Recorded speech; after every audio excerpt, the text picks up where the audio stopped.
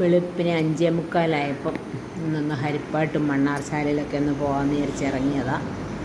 6 മണി സമയമായപ്പം പിയ്യപുരം ആ ഭാഗത്തെത്തി, മങ്കോട്ടച്ചിറ എന്നൊക്കെ പറയുന്ന ആ ഭാഗത്തെത്തി. ഇവിടുത്തെ കാഴ്ചയത് നല്ല ഭംഗിയില്ലേ കാണാൻ. പിന്നെ നേരെ 6:15 ആയപ്പോഴത്തേക്കും 6:15 മുമ്പ് ഹരിപ്പാട്ടെത്തി. രാവിലത്തെ സമയമായതുകൊണ്ട് അധികം നാളൊന്നും ആയിട്ടില്ല. ദൂരെ നിന്നൊക്കെ ഉള്ളവരൊക്കെ വരുന്നതേ ഉള്ളൂ. അടുത്തൊക്കെ ഉള്ള സ്ഥലം വരുന്നവരൊക്കെ ഉള്ളൂ. അത് കാരണം വലിയ തിരക്കൊന്നുമില്ല.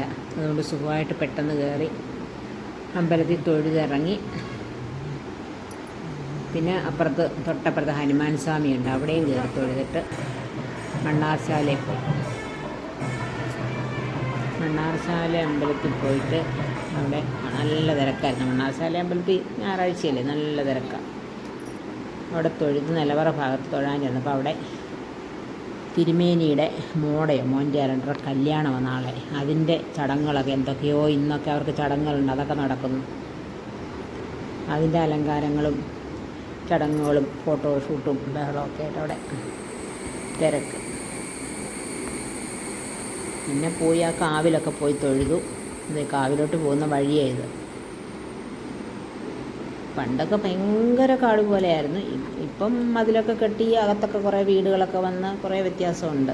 എൻ്റെയൊക്കെ ചെറുപ്പത്തിലൊക്കെ നല്ല കാടാണ് അവിടെയൊക്കെ. അത്രയും വീടുകളൊന്നും ഇല്ല, ഇങ്ങനെ മതിലൊന്നും ഇല്ല.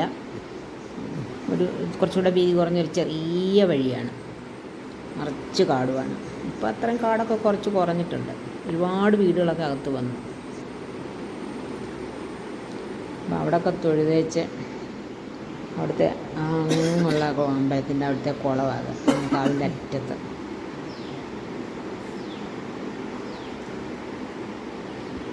മണ്ണാർശാല അമ്പലത്തിൻ്റെ അടുത്താണ് ഞാൻ എൻ്റെ ചെറുതിലേക്ക് വളർന്നത്. ഇപ്പോഴൊക്കെ മിക്ക ഞായറാഴ്ചകളിലും പോകുമായിരുന്നു. അടുത്തല്ലേ, അങ്ങോട്ട് നടന്നു കയറിയാൽ മതി. ഇതാണ് ആ കല്യാണത്തിൻ്റെ ഒരുക്കങ്ങളൊക്കെ, ഇതിനകത്താണ് നടക്കുന്ന പരിപാടികളൊക്കെ.